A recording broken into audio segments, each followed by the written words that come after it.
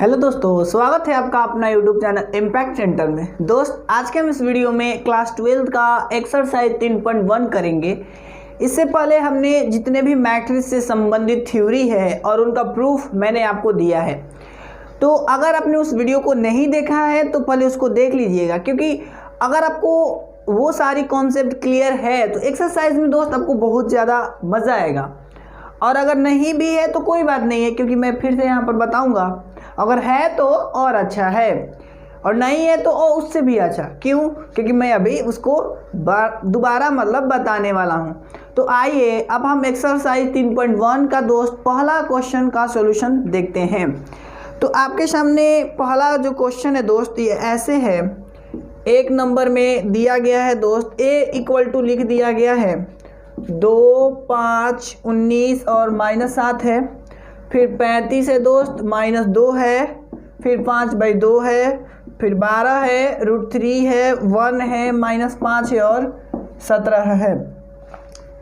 अब आपके बुक में ये सारा बात दिया गया है। अब ये बोला गया है दोस्त, इसमें पहला क्वेश्चन कि अवयव की कोटि क्या है। तो हमने बताया है कि अवयव की कोटि हमने आपको जब पढ़ा रहा था क्लास 1, तो उसमें ये अवयव की कोटि को डिस्कस किया था। बोला था m रोज एवं n रो के आयताकार सजावट को अवयव कहते हैं। तो ये बात पता है। तो ए यानी कि चेक करेंगे एक और बात कि कोटि में जो होता है दोस्त, पहले हम रो लिखते हैं और फिर कॉलम लिखते हैं। ये मैंने आपको पहले बात बता दिया है। तो रो चेक कीजिए, और रो क्या होता है मैंने आपको बताया है। ये वाला लाइन को हम रो बोलते हैं, ऐसे अगर होगा तो, और ऐसे होगा तो कॉलम बोलते हैं। तो चेक कीजिए, 1 रो, 2 रो, 3 रो, यानी 3। अच्छा, फिर बाई इसको हम प्रोनाउंसिएशन करेंगे। फिर देखिए, 1 कॉलम, 2 कॉलम, 3 कॉलम और एक 4 कॉलम है। यानी हमें फाइनली समझा दोस्त, इस अवयव की जो कोटि है वो 3/4 है। It is clear. यानी फाइनली पहला का जो दोस्त आंसर होगा, पहला का पहला, वो 3/4 होगा। कोई डाउट नहीं है। चलिए आप ध्यान दीजिएगा आगे। सेकेंड नंबर में है दोस्त अवयवों की संख्या। तो देखिए, बहुत लोग क्या करेंगे पता है, ऐसे गिनेंगे अवयवों की संख्या को, 1, 2, 3, 4। अरे भाई, आपको जब यहाँ पर ये मालूम चल ही गया है कि 3 ऐसे है और 4 ऐसे है, तो हम एक एक क्यों गिनेंगे? वो वही गिनेंगे जिनके पास नॉलेज कम होगा। तो डायरेक्ट क्या करिए, इधर से इधर मल्टीप्लिकेशन करा दीजिए। तो कितना हो जाएगा दोस्त? 12। यानी अवयवों की संख्या 12 हो जाएगी। ये बात क्लियर है? चलिए, बहुत अच्छा। थर्ड क्वेश्चन है दोस्त, अवयव a13 बताना है। थर्ड में a13, फिर कॉमा a21, फिर कॉमा ये रहा आपका a33, फिर कॉमा a24 और दोस्त एक बताना है a23। मतलब हमें क्या करना है, इतना पर जो भी एलिमेंट्स हैं इसमें, उनकी वैल्यू को हमें लिखना है। तो आपको मैंने पहला क्लास में बताया था इसका मीनिंग क्या होता है। a13 का मीनिंग क्या होता है? पहला रो और तीसरा कॉलम। तो याद है, ये बात मैंने बताया है। तो देखिए, पहला रो कौन है? ये वाला है? नहीं ना, ये वाला है ना। बहुत अच्छा।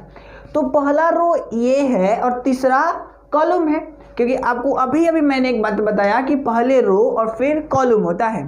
तो देखिए, अगर अभी भी क्लियर नहीं हो पा रहे हैं ना, तो मैं उस सारे वीडियो का लिंक डिस्क्रिप्शन में मैं दे दिया हूँ, 1 to 20, उसको देख लीजिए। फिर इसको देखिए, गर्दा मचा दीजिएगा।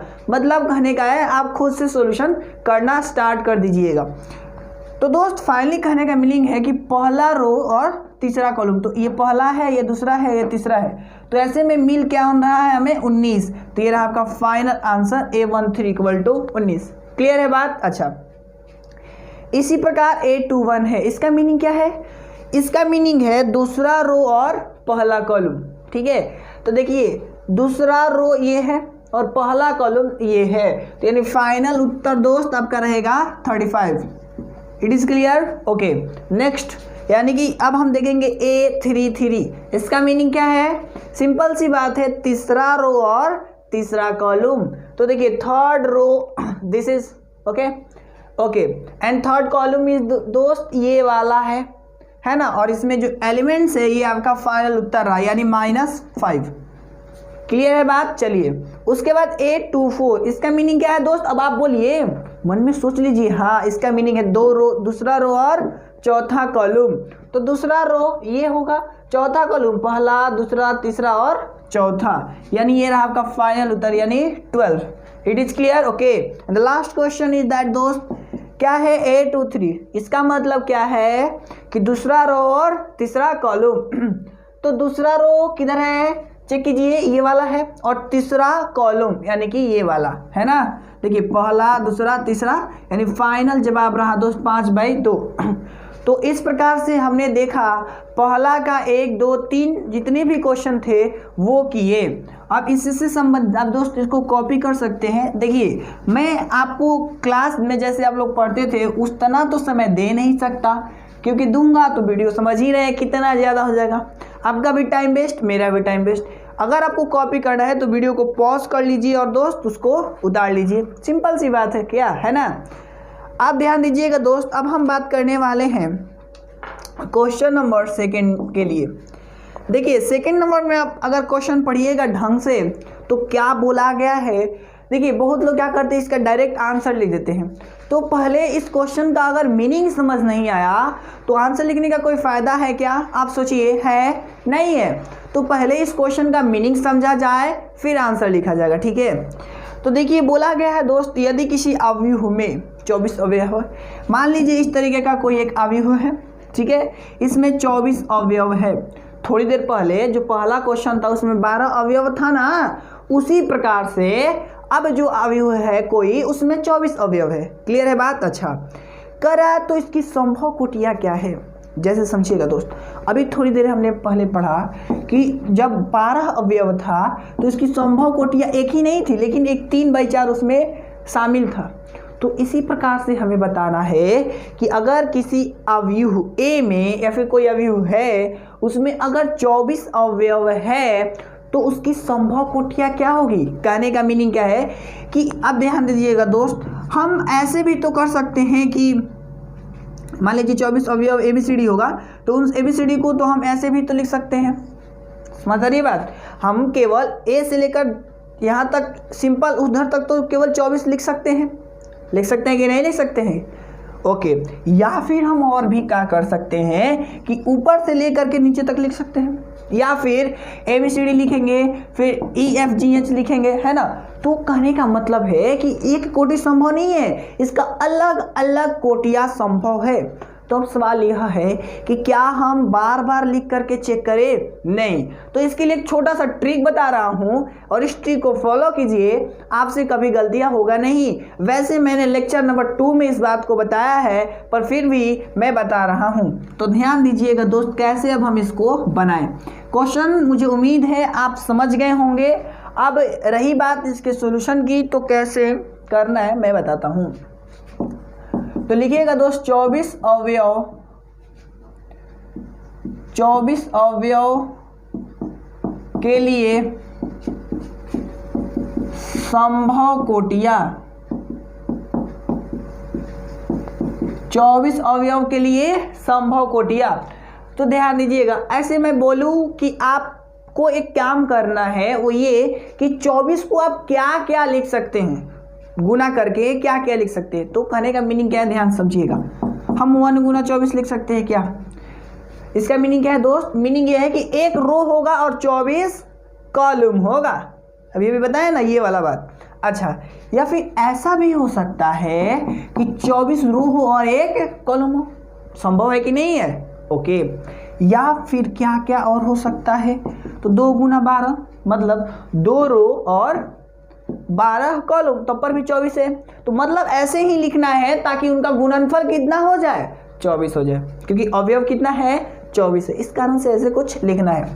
और एक बात बता दूं, जैसे ही आप सीधा लिखे उसके उल्टा भी लिख दीजिए, यानी 2 × 12 और 12 × 2, है ना। अब फायदा इससे फायदा यह है कि बाद में टेंशन नहीं होगा कि और कौन छूट रहा है, ठीक है।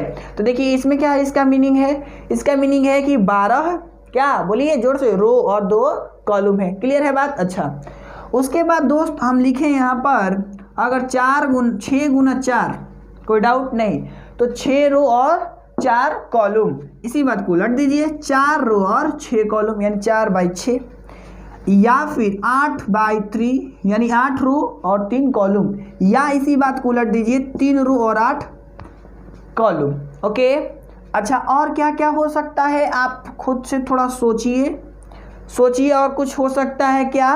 तो देखिए टोटल मिला 2, 2 4, 2 6 और 2 8।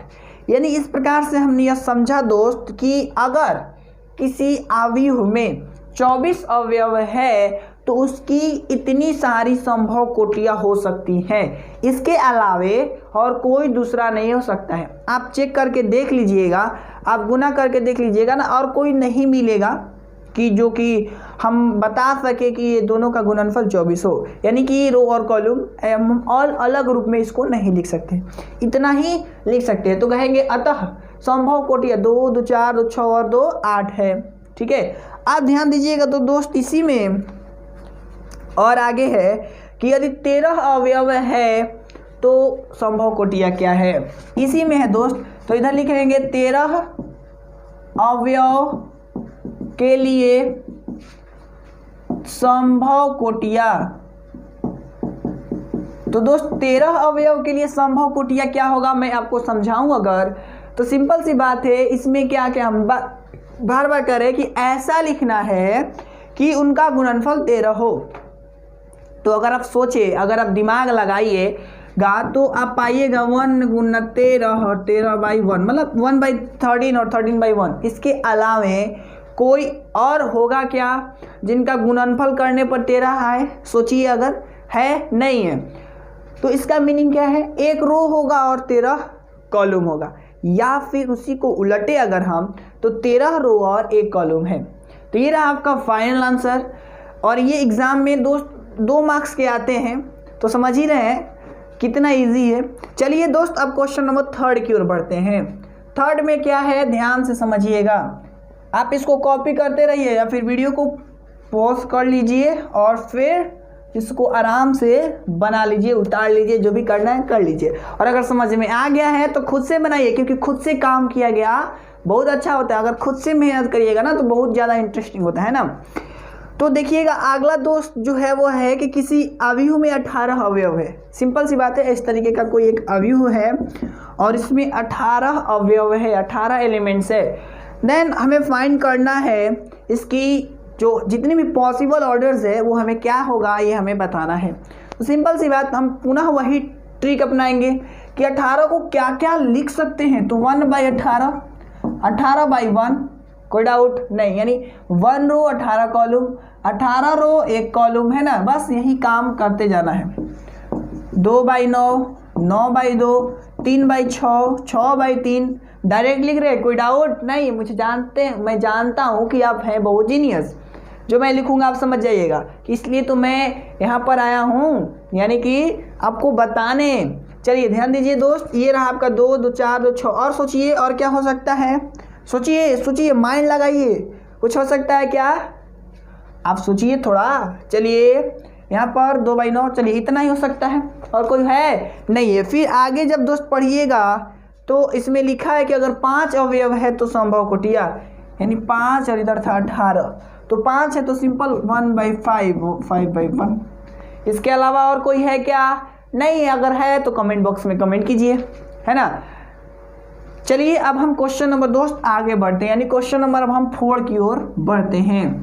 तो 4 नंबर में क्या है, ध्यान से समझा जाए।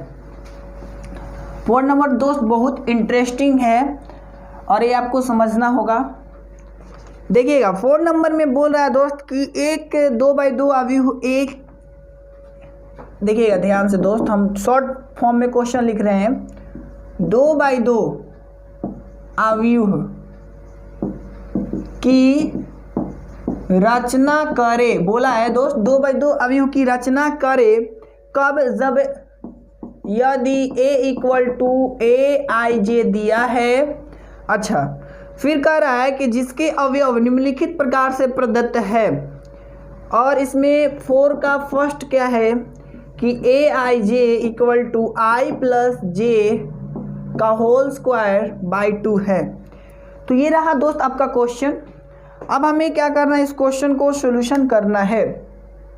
तो ध्यान दीजिएगा दोस्त, याद होगा जब मैं थ्योरी पढ़ा रहा था तो ऐसे क्वेश्चन करवाया था, लेकिन अगेन हमने बोला था कि जब एक्सरसाइज करेंगे तो पुनः इस बात को बताएंगे, तो वो समय आ गया है। ध्यान दीजिएगा दोस्त, क्या कर रहा है कि 2/2 अवयव की रचना करना है।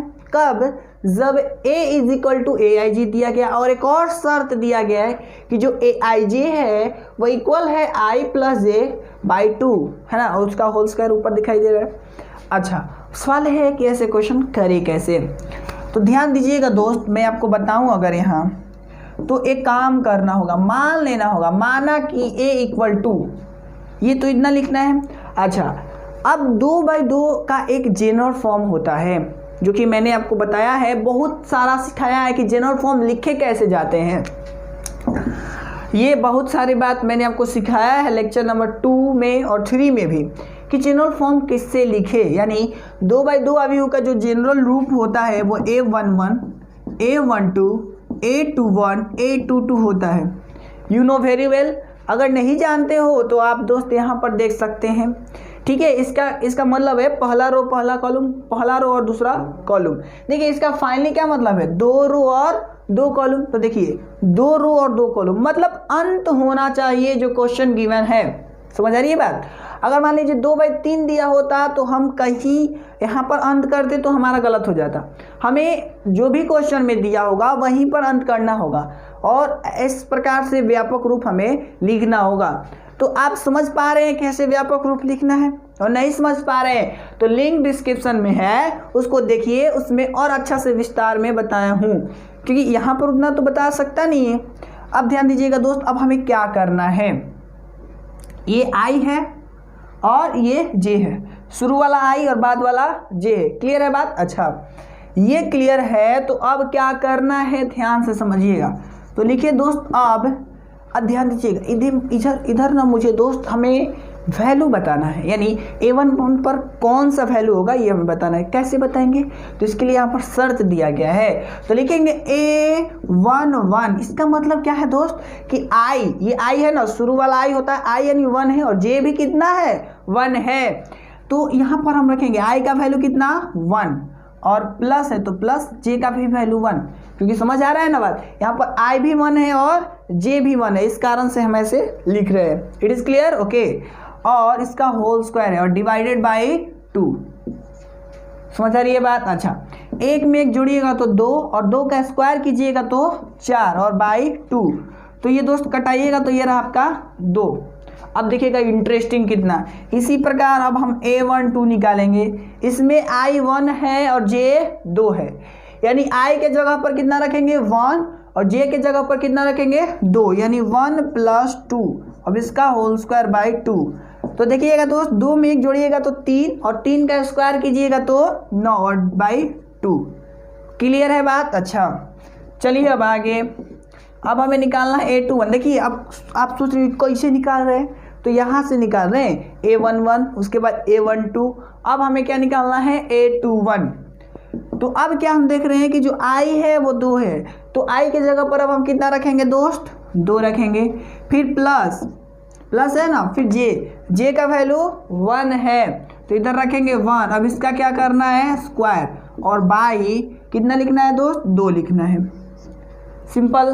क्लियर है बात? अच्छा, 2 में 1 जोड़िएगा तो अगेन 3 और 3 का स्क्वायर कीजिएगा तो 9 और बाई 2 है तो 2। उसके बाद लास्ट निकालना है हमें क्या, a22। इसमें क्या ऑब्जर्व कर रहे हैं आप कि i भी 2 है, j भी 2 है। It is clear? ओके। तो सिंपल, अगर इतना है तो यानी 2 प्लस 2 का स्क्वायर बाई 2, है ना। तो देखिए 2 प्लस 2 4 और 4 का स्क्वायर दोस्त 16, तो 16 बाई 2 तो कितना हो जाएगा, 8। ये समझ आया बात? 8 हो जाएगा। कैसे? अच्छा, अब क्या करना है ध्यान से समझिएगा। अब हमें a11 की जो वैल्यू आया है, a12 की जो वैल्यू आया है, a21 का जो वैल्यू आया है, a22 का जो वैल्यू आया है, बस उन सारी वैल्यूज़ को अब हमें यहाँ पर रख देना है। तो लास्ट लाइन दोस्त मैं यहाँ बना रहा हूँ, इसलिए a इक्वल टू, देखिए a11 कितना है, 2 है, a12 कितना है, 9/2 है, और a21 भी कितना है, ये 9/2 ही है। अच्छा, a22 कितना है दोस्त, ये दिखाई दे रहा है 8 है, तो इधर हमने लिख दिया दोस्त 8। तो ये रहा आपका फाइनल उत्तर। समझ आया क्वेश्चन कैसे करना है, प्रोसेस समझ आई? एक बार रिपीट कर देता हूँ और आपके लिए होमवर्क भी दूंगा आज मैं। चलिए क्या करना है, आपको सबसे पहला जनरल फॉर्म लिख देना है। अगर जब कभी भी ऐसे क्वेश्चन आए तो फर्स्ट वर्क आपका क्या है, तो दोस्त फर्स्ट ऑफ ऑल आप क्या कीजिए ना कि आप उसका जनरल फॉर्म लिख दीजिए जैसा कि हमने लिखा है। अब ज़रूरी नहीं है ना कि वो हमेशा 2/2 ही दे, तो अगर जनरल फॉर्म नहीं लिखने आता है तो उसको सीख जाइए। और कैसे समझ ही रहे, वीडियो को देख लीजिएगा बैक करके, पीछे जो फर्स्ट वीडियो है उसको देख लीजिएगा। अच्छा, ये कर लेने के बाद अब हमें निकालना होगा इसमें जितना भी चीज़ें होगा, यानी अगर मान लीजिए 8 2 3 होगा तो हमें 8 2 3 तक निकालना होता। समझ आ रही है बात? तो अभी हाल फिलहाल 8 2 2 है तो हमें 8 2 2 तक निकालना होगा, यानी A11 आगे, फिर A12, फिर A21, फिर A22। तो हमने निकाला तो इसमें पाया ये पहला जो लिखा होता है वो I होता है, जो बाद में लिखा होता है वो J होता है, यानी 1 + 1 किया तो 2 का स्क्वायर। तो इस प्रकार से करके हमने बना लिया। तो दोस्त इस आधार पर मैं आपको होमवर्क देता हूँ, 4 का सेकेंड और थर्ड आप दोनों क्वेश्चन आपको बना लेना है। और जो जो बना लेंगे वो कमेंट बॉक्स में कमेंट करेंगे कि हाँ मैंने बना लिया है, और जो नहीं बना पा रहे होंगे वो बोलेंगे कि हाँ नहीं बन पा रहा है तो मैं उसको कल बना दूंगा। तो मैक्सिमम नंबर देखा जाएगा कि इनका क्या है ना। तो चलिए दोस्त, अब हम कल 5 से क्वेश्चन करेंगे, यानी कल ये एक्सरसाइज ख़त्म कर लेंगे, ठीक है। और जैसे ये टॉपिक ख़त्म होगा, दैट मीन्स कि मैट्रिक्स, उसके बाद हम स्टार्ट करेंगे तो डिटर्मिनेंट्स, ठीक है। तो बस आज के लिए अब हम इतना ही रखते हैं। एक छोटी सी रिक्वेस्ट है, अगर आपको ये वीडियो अच्छा लगा है तो इसको लाइक कीजिए, कमेंट कीजिए और दोस्तों को शेयर कर दीजिए, क्योंकि समझ ही पा रहे हैं ना, क्योंकि सबको पढ़ना ज़रूरी है इस लॉकडाउन में। तो चलिए मिलते हैं नए वीडियो में, तब तक के लिए जय Hind and thanks for watching.